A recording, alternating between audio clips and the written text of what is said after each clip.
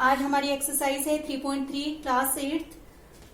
आपका पहला क्वेश्चन है, एक पैरेललोग्राम गिवन है, इसमें इसकी प्रॉपर्टी को यूज करके हमें इन स्टेटमेंट का फिल इन द ब्लैंक्स करना है और स्टेटमेंट लिखना है कि ये किसके इक्वल है और क्यों। तो पहला है एडी। एडी किसके इक्वल हो जाएगा बेटा? बीसी के। क्यों होगा? क्योंकि जो आपके पैरेललोग्राम होते हैं अपोजिट साइड्स आर इक्वल। तो हमारा जो पहला है आंसर इसका सोल्यूशन में एडी इक्वल टू हम लिखेंगे BC. Reason opposite sides of parallelogram are equal है। इसका सेकेंड वन है एंगल डीसीबी। एंगल डीसीबी किसके इक्वल है? तो एंगल डीसीबी, इस एंगल की बात कर रहे हैं DCB.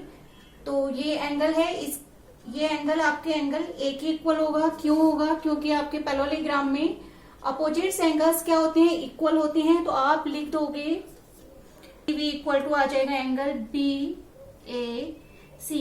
Reason opposite angles are equal. आपका थर्ड पार्ट, थर्ड में है ओ सी इक्वल टू, तो ओ सी इसकी बात कर रहे हैं वो ओ सी। ओ सी किसके बराबर हो जाएगा? ओ ए के, क्योंकि जो डायगोनल्स होती हैं वो एक दूसरे को बाइसेक्ट करती हैं। तो ओ सी की जो वैल्यू होगी वो ओ ए के इक्वल होगी। तो आप O C equal to O A because diagonals bisect each other. फिर ऐसी क्वेश्चन आ जाएगा कि डी ओ किसके इक्वल होगा या ओ डी किसके इक्वल हो जाएगा? तो ओ डी ये बाइसेक्टिंग पॉइंट है डी बी डायगोनल्स का, तो ओ डी इक्वल हो जाएगा ओ बी के। ठीक है, ये पूछा नहीं गया है, रीजन सेम आ जाएगा। आपका फोर्थ है कि इन एंगल्स के मेजर का sum angle A plus angle D, that means angle A plus angle D, इन एंगल का सम कितना होगा? तो हम लिख देंगे M measure of angle D A B plus measure of angle C D A किसके इक्वल हो जाएगा? 180 डिग्री के, क्योंकि adjacent angles sum of adjacent angles equal to 180 degree होता है, क्योंकि ये डी और ए एडजेसेंट एंगल्स हैं। तो ये आपका क्वेश्चन नंबर 1 कंप्लीट। क्वेश्चन है आपका कि ये आपके पैरेललोग्राम्स दिए हुए हैं, इसमें आपको जो अननोन एंगल्स हैं उनकी वैल्यू फाइंड आउट करनी है। पहला है आपका क्वेश्चन नंबर फर्स्ट। पहला सोल्यूशन है कि आपको पता है कि ये जो पैरेललोग्राम होते हैं उसमें अपोजिट एंगल्स इक्वल होते हैं। तो एंगल y की वैल्यू किसके बराबर हो जाएगी? 100 के बराबर, क्योंकि y का अपोजिट एंगल कितना है? 100 डिग्री। तो आप लिख सकते हैं angle y equal to 100 degree, क्योंकि opposite angles are equal in. Second है आपको पता है कि 100 डिग्री एंगल और जो x है ये एडजेसेंट एंगल है, और एडजेसेंट एंगल का सम कितना होता है? 180 डिग्री। तो आप लिख सकते हैं angle x plus angle 100 equal to 180 degree. Adjacent angle supplementary होते हैं, तो लिख सकते हैं एडजेसेंट एंगल्स आर सप्लीमेंट्री। हम वैल्यू निकाल लेंगे 180 minus 100, then x equal to आ जाएगा आपका 80 डिग्री। एंगल z की वैल्यू फाइंड आउट करनी है। तो आपको पता है एंगल z एंगल x के इक्वल होगा, क्योंकि एंगल z और x भी आपस में अपोजिट्स हैं। तो आप लिख सकते हैं z इक्वल टू x, और x की वैल्यू क्या है? अपोजिट एंगल वाला कॉन्सेप्ट लग जाएगा। और एंगल x की वैल्यू कितनी है? 80 डिग्री। तो x की भी z की भी वैल्यू 80 डिग्री आ जाएगी। आपका नेक्स्ट जो पैरेललोग्राम है ये वाला है, इसमें भी आपको फाइंड करना है। तो आपको पता है कि ये दोनों एडजेसेंट एंगल हो जाएंगे, क्योंकि एक ही साइड पर जो एंगल बनते हैं वो एडजेसेंट होते हैं। तो एडजेसेंट एंगल्स पैरेललोग्राम में कितने कैसे होते हैं? सप्लीमेंट्री होते हैं। तो हम लिख देंगे 50 degree plus y equal to 180 degree आ जाएगा। कॉन्सेप्ट सप्लीमेंट्री एंगल्स का लगा देंगे, लिखेंगे आप। तो y इक्वल टू कितना आ जाएगा? 180 degree minus 50, then y equal to आ जाएगा 130 डिग्री। y की वैल्यू आ गई। अब y और x अपोजिट एंगल हैं और अपोजिट एंगल्स आपस में इक्वल होते हैं। देन आप लिखेंगे y इक्वल टू एक्स। क्यों? क्योंकि opposite angles are equal. Value भी कितनी आ जाएगी? 130 डिग्री। नेक्स्ट है आपको जेड फाइंड करना है, तो y इक्वल टू 130 डिग्री है तो x भी कितना हो जाएगा? 130 डिग्री। नेक्स्ट है आपको जेड की वैल्यू फाइंड करनी है, तो ये दो कॉन्सेप्ट से हो सकता है, x और z। अगर पैरेलल लाइंस का कॉन्सेप्ट लगाएं तो एक साइड जो एंगल्स बनते हैं वो कॉरेस्पॉन्डिंग एंगल्स बनते हैं, तो x और z कॉरेस्पॉन्डिंग एंगल्स हो गए। और कॉरेस्पॉन्डिंग एंगल्स क्या होते हैं? आपस में इक्वल होते हैं। या फिर आप ऐसा कीजिए कि ये वाला एंगल फाइंड कर दीजिए और 180 डिग्री में से ये जब आप सेपरेट करेंगे, ये 50 डिग्री है तो दैट मीन्स ये भी 50 डिग्री हो जाएगा, क्योंकि अपोजिट एंगल्स इक्वल होते हैं। और आपको पता है एक लाइन पर 180 डिग्री का एंगल बनता है, तो अगर ये 50 है तो z ऑटोमेटिकली आपका 130 डिग्री आ जाएगा। तो आप दोनों में से कोई भी कॉन्सेप्ट लगा सकते हैं। तो आप लिख लेंगे t प्लस जेड की equal to 180 degree, then z equal to कितना आ जाएगा? 180 माइनस 50 डिग्री, देन z 130।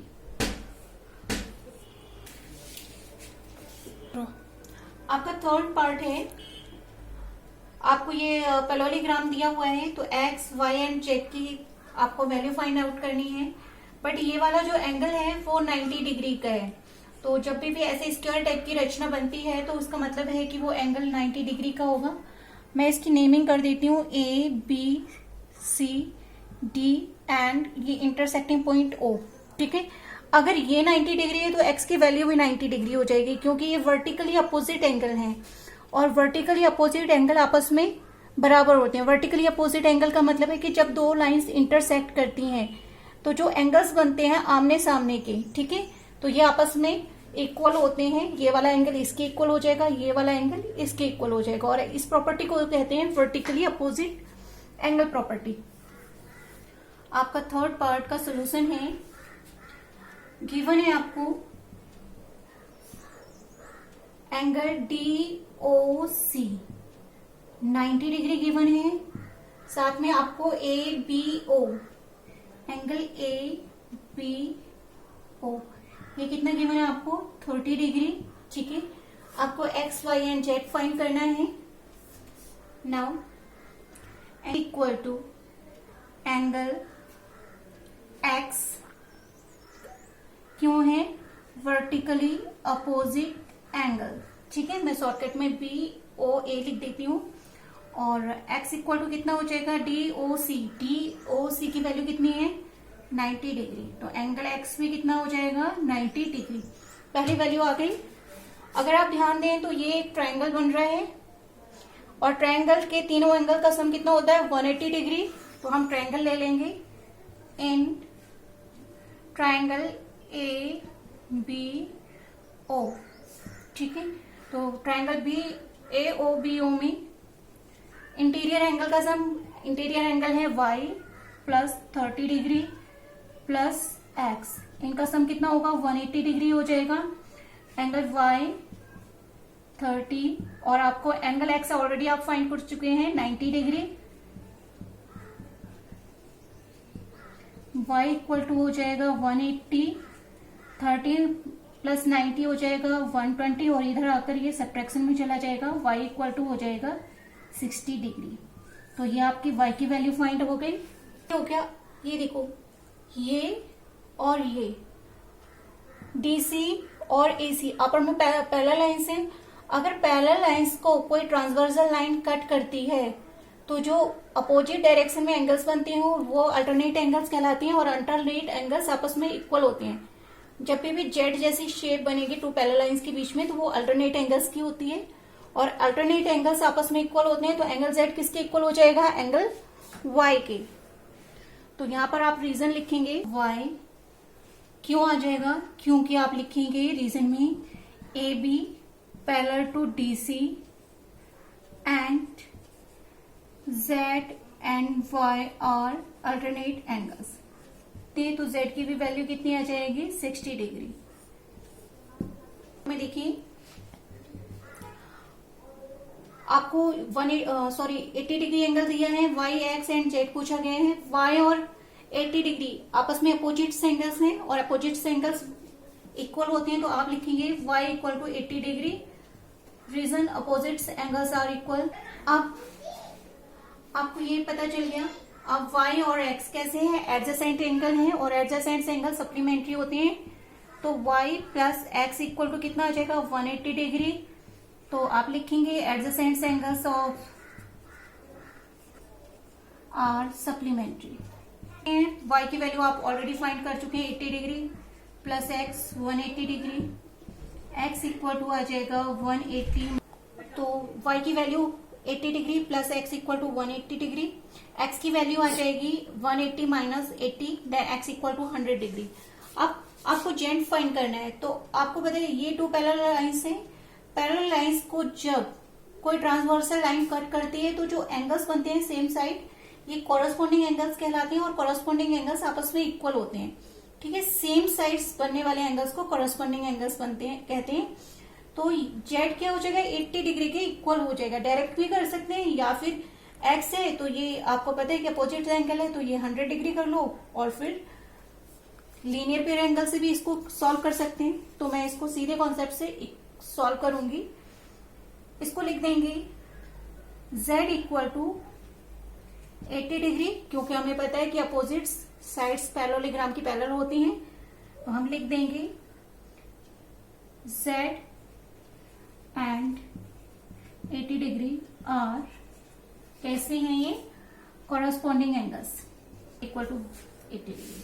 जो थर्ड है आपका कहना क्वाड्रिलेटरल ABCDB या पैरेललोग्राम, कंडीशंस दे रखी है। अगर AD plus angle D plus angle B 180 degree हो, सपोज ये आपका कोई क्वाड्रिलेटरल है A B C and D, तो ये कह रहे हैं कि एंगल D और एंगल B का जो सम है वो 180 डिग्री हो, तो क्या ये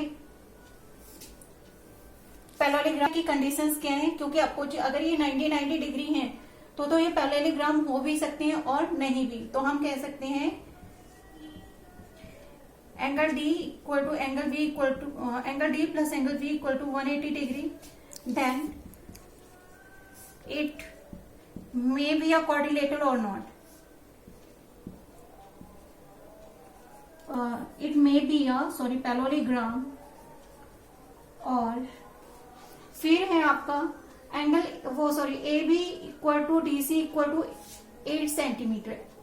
तो AB और जो DC साइड्स हैं, ठीक है, ये दोनों 8 सेंटीमीटर दे रखे हैं, AD 4 सेंटीमीटर दे रखा है और BC 4.4। अब हमें फाइंड करना है कि ये क्या पैरेललोग्राम होगा या नहीं। तो एक पेयर तो अपोजिट साइड्स का इक्वल है, पर सेकंड पेयर अपोजिट साइड्स का इक्वल नहीं है, और हमें पता है कि पैरेललोग्राम में अपोजिट साइड्स आपस में इक्वल होती हैं। तो रीजन लिख देंगे AD not equal to BC, hence it is not a parallelogram. ठीक है, अगर अपोजिट साइड्स इक्वल होती हैं तो ये पैरेललोग्राम बन जाता। थर्ड है इसका angle A equal to 70 degree, angle C equal to 65 degree. ये 70 डिग्री दे रखा है और ये 65 डिग्री।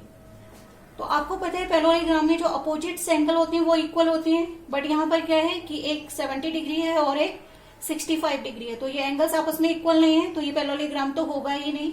देन आप लिख सकते हैं angle A not equal to angle C as opposite angles, hence it is not a parallelogram. Question number 4 है कि आपको एक रफ फिगर ड्रॉ करनी है जो पैरेललोग्राम नहीं हो, बट उसमें दो जो एंगल्स हैं अपोजिट्स वो आपस में इक्वल हो।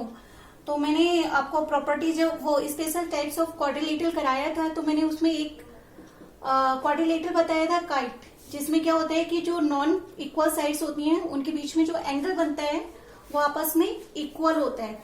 तो काइट, ठीक है, ये आपके काइट का फिगर है जिसमें ये जो एडजेसेंट साइड्स होती हैं आपस में इक्वल होती हैं, ठीक है, और जो नॉन इक्वल साइड्स के बीच में एंगल बनता है ये आपस में इक्वल होता है। तो हम लिख देंगे kite is a quadrilateral who has two opposite angles are equal, that is angle D and angle B. ठीक है, but not a parallelogram, which is not a parallelogram. 5 है, क्वेश्चन नंबर 5 में दिया है कि तब एक पैरेललोग्राम है जिसके एडजेसेंट एंगल्स का जो रेशियो है वो 3:2 है। हमें सारे एंगल्स का मेजर फाइंड आउट करना है। तो let A B C D is a parallelogram.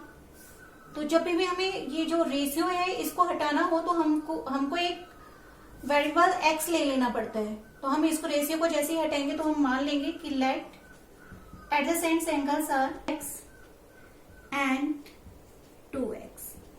Suppose ये एडजेसेंट एंगल्स, ये वाले एंगल है angle A and angle D, then ये हो जाएगा 3x और ये हो जाएगा 2x। ठीक है, तो एडजेसेंट एंगल्स हमने लेट कर लिया और आपके एडजेसेंट एंगल्स हमने मान लिए थे। और आपको पता है पैरेललोग्राम में जो एडजेसेंट एंगल्स होते हैं वो सप्लीमेंट्री होते हैं। दैट मीन्स कि ये जो एंगल 2x और 3x है इनका सम कितना हो जाएगा 180 डिग्री।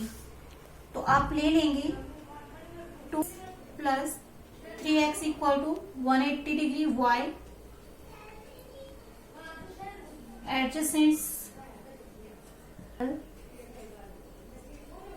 इन पैरेललोग्राम सप्लीमेंट्री। x ये 2 है और ये 3 है तो कितने x हो जाएंगे 5x equal to 180 degree, then x equal to हो जाएगा 180 अपॉन 5, ये आ जाएगा आपका 36 डिग्री। जो x की वैल्यू आई 36 डिग्री, बड़ा एंगल आपने क्या माने थे 2x एंड 3x। तो आप एंगल D बराबर क्या है आपका, एंगल D की अगर बात करें तो एंगल D था आपका 3x और x की वैल्यू है 36 degree. Then angle A equal to माना था आपने 2x है एंगल A की वैल्यू, तो एंगल A कितना हो जाएगा 2 इंटू x है आपका 36, this is 72 degree. Angle A भी आ गया, एंगल D भी। एंगल B बराबर हो जाएगा एंगल D, अपोजिट एंगल से, तो इसकी भी वैल्यू 180 डिग्री आ जाएगी। And angle A equal to है एंगल C, इसकी भी वैल्यू 72 डिग्री आ जाएगी।